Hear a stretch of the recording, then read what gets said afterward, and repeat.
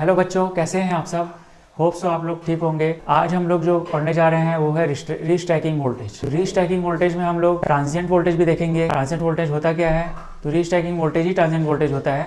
तो वो किस कंडीशन में होता है, ट्रांजिएंट कंडीशन में होता है। लेकिन हमको ये नहीं पता रहता है कि ट्रांजिएंट कंडीशन होती क्या है। तो ट्रांजिएंट कंडीशन क्या होती है कि जब हम लोग एज एग्जांपल हम लोग लेते हैं, घर में हम लोग पंखा चालू करते हैं स्विच के द्वारा और बंद करते हैं। तो जब स्विच को ऑन करते हैं, अंदर का जो सर्किट देखा जाएगा तो कॉन्टैक्ट जो है वो क्या होता है, क्लोज होता है।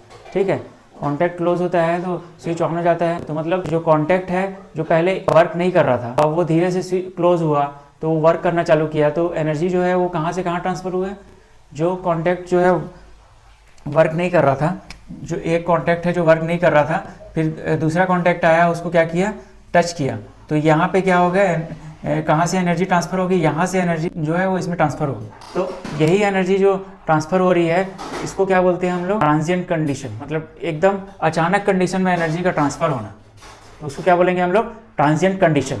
तो ट्रांजिएंट कंडीशन फैक्ट्रियों में कैसी होती है या इंडस्ट्री में कैसी होती है। मैग्नेटिक पार्ट और इलेक्ट्रिक पार्ट दोनों के बीच में जो एनर्जी का ट्रांसफॉर्मेशन होता है, मतलब एनर्जी जो है ट्रांसफॉर्म होती है, उसको क्या बोलते हैं हम लोग, ट्रांजिएंट कंडीशन। हम लोग का इलेक्ट्रिकल पार्ट क्या क्या आता है, मान लेते हैं हम लोग ट्रांसमिशन लाइन आती है, मतलब जो इलेक्ट्रिकल्स की जो लाइंस रहती है वो रहती है ट्रांसमिशन लाइन, वो जो है इलेक्ट्रिकल पार्ट में आ जाती है। तो उसमें कोई मैग्नेटिक पार्ट रहता है क्या, उसमें कोई मैग्नेटिक पार्ट नहीं रहता है। वायर्स जो रहती है उसमें इलेक्ट्रिकल पार्ट रहता है। ठीक है, और हम लोग अगर मैग्नेटिक पार्ट में देखते हैं तो हम लोग मशीन्स देखते हैं, सिंक्रोनस मशीन्स होती है, इंडक्शन मशीन्स होती है। तो ये सब जो आते हैं ये मैग्नेटिक पार्ट में आ जाता है। तो मैग्नेटिक पार्ट से इलेक्ट्रिक पार्ट में जो एनर्जी का ट्रांसफॉर्मेशन होता है, जैसे कि इलेक्ट्रिक पार्ट जो बोल सकते हैं कैपेसिटर को बोल सकते हैं, मैग्नेटिक पार्ट जो बोल सकते हैं वो इंडक्टर को बोल सकते हैं। जब ट्रांजिएंट कंडीशन आती है तो इंडक्टेंस से एनर्जी कहाँ ट्रांसफर होती है, कैपेसिटेंस में ट्रांसफर होती है। ये हम लोग कहाँ पढ़े थे, करंट चॉपिंग में। तो करंट चॉपिंग का वीडियो मैं पहले दे चुका हूँ आप लोग को, तो उसमें जाके देख सकते हो आप लोग। इंडक्टेंस से जो एनर्जी ट्रांसफर होती है वो किस में होती है, कैपेसिटेंस में होती है। इंडक्टेंस कौन सा पार्ट हो गया, मैग्नेटिक पार्ट हो गया।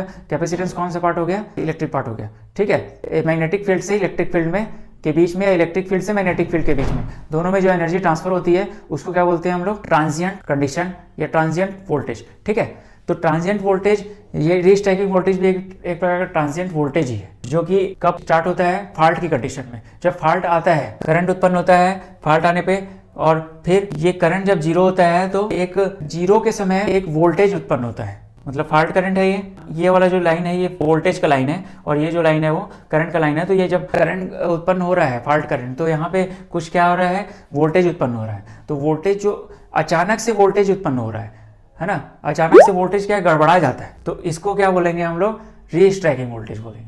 मतलब वोल्टेज जो है वो बंद होने लगता है, लेकिन वोल्टेज सोचता है कि अरे अब करंट आ गया है, फॉल्ट करंट, तो हड़बड़ा जाता है। इलेक्ट्रॉन्स जो होते हैं वो हड़बड़ा जाते हैं। जो वोल्टेज क्या होता है, इलेक्ट्रॉन्स का पार्ट होता है, तो इलेक्ट्रॉन्स जो होते हैं वो हड़बड़ा जाते हैं। तो इलेक्ट्रॉन्स का हड़बड़ाना ही क्या होता है, यहाँ पे वोल्टेज उत्पन्न करता है। ठीक है, फॉल्ट करंट के समय, फॉल्ट करंट बहुत ज़्यादा अचानक से कोई आपके घर के अंदर घुस जाएगा तो आप हड़बड़ा जाओगे ना। उसी तरह क्या होता है कि फॉल्ट करंट जब आ जाता है तो जो वोल्टेज जो है वो क्या हो जाता है, हड़बड़ा जाता है। तो हड़बड़ा जाता है तो उसको क्या बोलते हैं हम लोग, रीस्ट्राइकिंग वोल्टेज बोलते हैं। तो यही हमारा क्या होता है, ट्रांजिएंट वोल्टेज होता है। तो इसकी ये किस फ्रीक्वेंसी में वर्क करता है। ठीक है, ये किलो हर्ट्ज फ्रीक्वेंसी, मतलब बहुत ज़्यादा बहुत ज़बरदस्त फ्रीक्वेंसी होती है, तब ये वर्क करता है। उसी समय ये हड़बड़ाता है। मतलब फ्रीक्वेंसी तो ज़्यादा होगी ना, अचानक से कोई आ रहा है मतलब उसकी फ्रीक्वेंसी कितनी ज़्यादा होगी। आपके घर में कोई अचानक से घुस जाएगा, फ्रीक्वेंसी ज़्यादा हो जाएगी ना।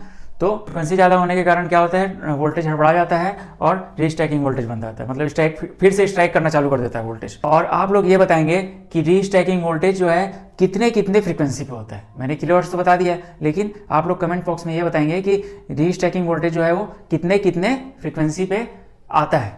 ठीक है, और किलोहर्ट्ज क्या होता है, ये दो क्वेश्चन आपको दे रहा हूँ मैं। ठीक है, और कुछ इसमें डाउट हो तो आप लोग कमेंट सेक्शन में बता सकते हैं, और इससे रिलेटेड वीडियो चाहिए तो आप लोग कमेंट सेक्शन में बता सकते हैं। Thank you for watching this video.